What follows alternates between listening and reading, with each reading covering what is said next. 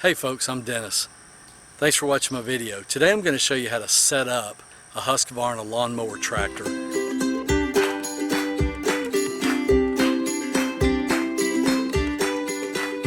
Okay, these procedures would be primarily for a brand new tractor. Mine is clearly not brand new. It's got a lot of hours on it. Thought it might be helpful to at least go through the steps to set up a new one. It's the same, doesn't matter if it's old or new. The first thing I would do is go onto Husqvarna's website, and I'll put a link below in the description. You can go online and go onto their website, and you can download a free copy of the owner's manual and also the spare parts and maintenance manual. So that's the first thing I would do, just so you have it. It'll help you get familiar with the operation of the tractor, with the controls, with the maintenance procedure and schedule, that kind of thing. There's several things you want to do. First of all, to make sure that the tractor's safe, but secondly, to make sure that you're not going to do any damage to it. And I guess what I'd like to emphasize to everybody is don't assume that the factory did everything they're supposed to do. Those folks do a really good job, but you know, tractors get made on Monday morning and they get made on Friday afternoon at quitting time. So sometimes things get overlooked. So you want to go through and make sure that you've double checked your tractor to be safe and to be equipped or set up to run properly. Now, this tractor is a YTH, which means it's got a hydrostatic transmission, as opposed to the YTA tractors, which have an automatic transmission. So some of the process will be a little different. One of the first things you want to do is check the tire pressure on the front and the back. The tire pressure on a tractor will be indicated on the tires. Now, I've replaced my front tires with flat free, so I don't have the factory front tires on mine, but on this YTH 22 V46, the front tire pressure is supposed to be 14 psi, and the rear tire pressure is supposed to be 10 psi. I'll include a link right here to show how to check the air pressure in tires if you don't know how to do that. So just follow that link and watch that video and it'll show you how to do it. The next thing you want to do is you want to check the deck for level.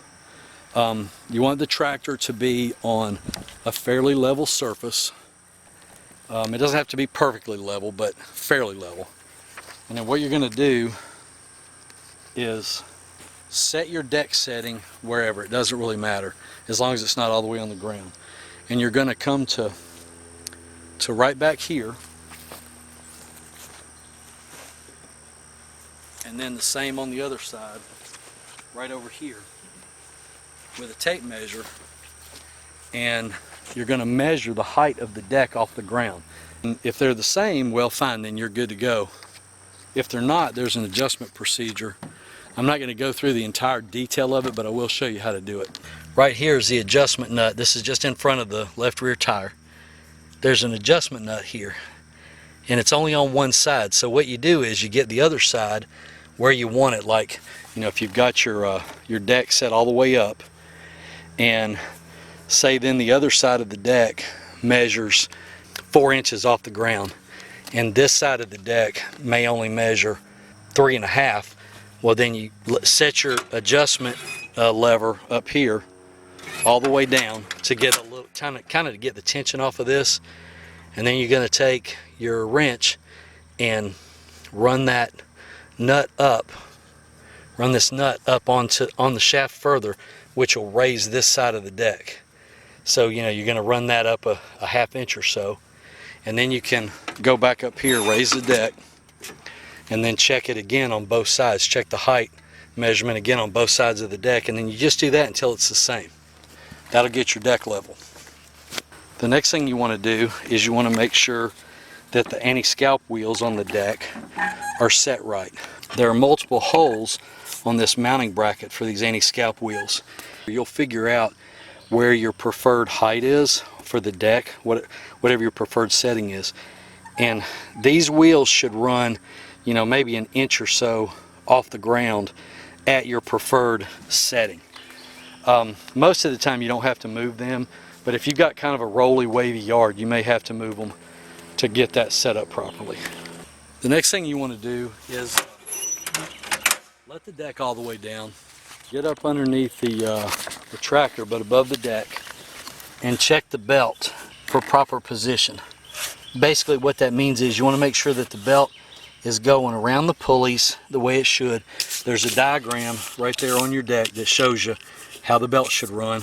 And just make sure that your belt is properly routed through all the pulleys. That'll keep you from tearing your belt up. I also have another video on how to properly lubricate this tractor, and I'll leave a link right here to that video. Click on that link and that'll show you, it'll walk you through the process of how to lubricate all the grease points on the tractor. Essentially what you've got is you've got a grease point on the front axle, right behind the front tire, kind of the kingpin axle arrangement. You've got a grease fitting on the tire hub, the front tire hub, which will, hopefully they're on the outboard side. Sometimes they're on the inboard side. You may have to turn your wheels to get to it if it's on the back, but the wheels are put on right, it's on the outside. And then some tractors will have a grease point on the spindles on the deck. The ones that I've seen from the factory do not have grease fittings on the spindles, but if you have to replace your spindles, you'll have them on there. Some of them, I think, from the factory probably do have them. So, and then there's a steering sector quadrant underneath that you want to grease also. But again, check out that video and it'll show you how to do that. I would recommend, if you have a brand new tractor, if you've got a grease gun especially, to go ahead and put a couple of pumps of grease in all those points just to make sure that they're not dry. Now, the next thing before you start up your tractor is you want to check the engine oil. And we want to do that before we purge the transmission, because you don't want to start the engine unless it's got oil in it. So you just lift your hood. Here's your filler neck and the dipstick for the engine. It's just like checking the oil in anything else.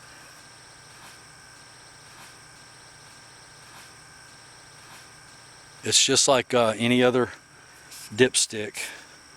It's going to have, if I can get it to focus on that, it's going to have a hash mark line and 2 holes. Below the hash mark, or the bottom hole, it says add, and above it, it says full.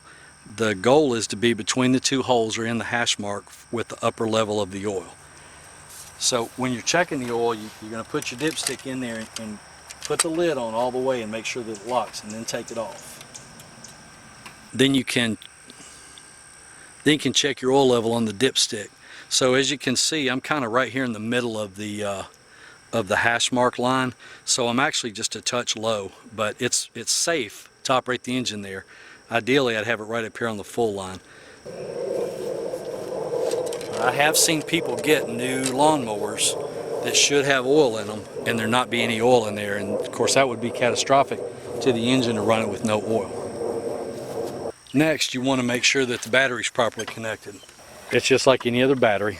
The red cable is going to go to the positive side of the battery, and the black cable is going to go to the negative side, and they're indicated on the battery. There's a plus and a minus. So plus is positive, minus is negative.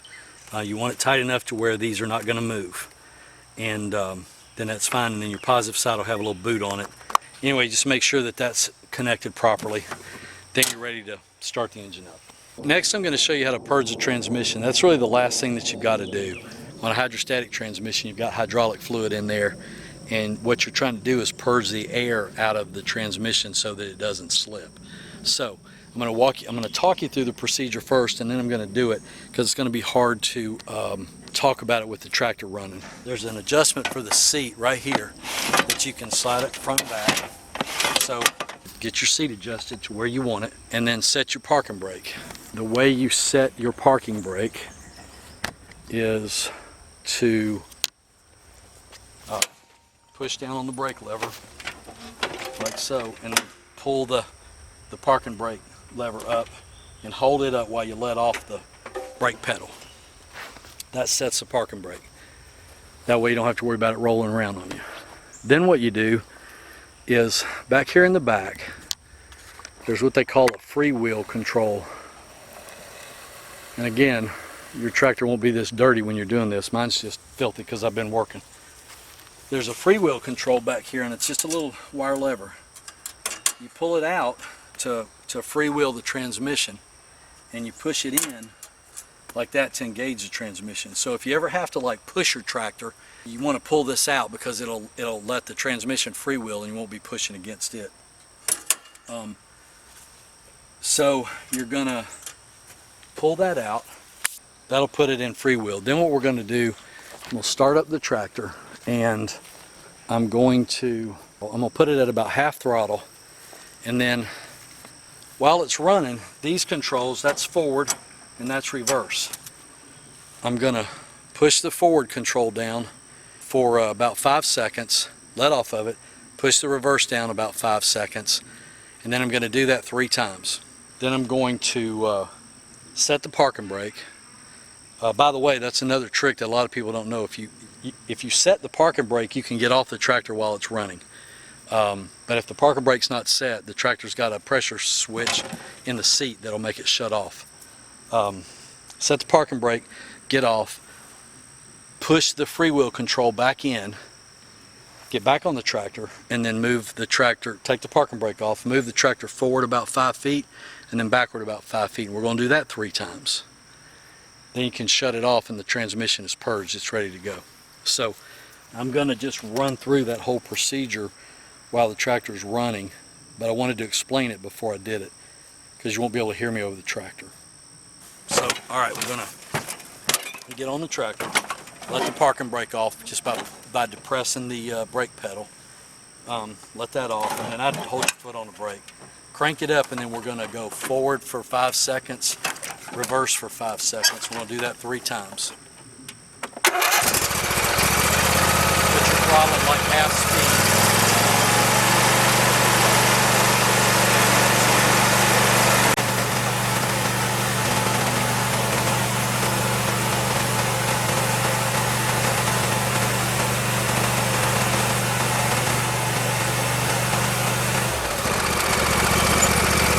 Then I reset the parking brake and throttled the tractor down. Now I'm going to go around and push that freewheel control back in. Push it all the way in.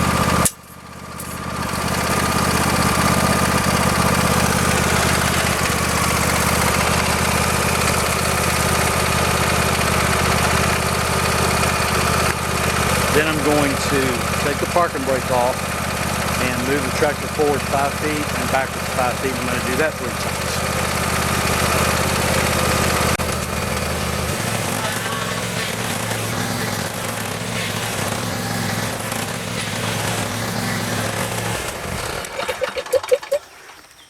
All right, now the transmission's purged and it's ready to use. One last thing that I would do before I begin to cut with my tractor is I would crank it up, I would move a little bit and check the brake, make sure that the brake works. You don't want to get going and not be able to stop. So thanks for watching my video, I appreciate it, and check out my other videos. I've got, I'll put a link up here on a playlist. It's got a lot of videos about this tractor, how to maintain it. Thanks for watching, I hope to see you back soon, and God bless you.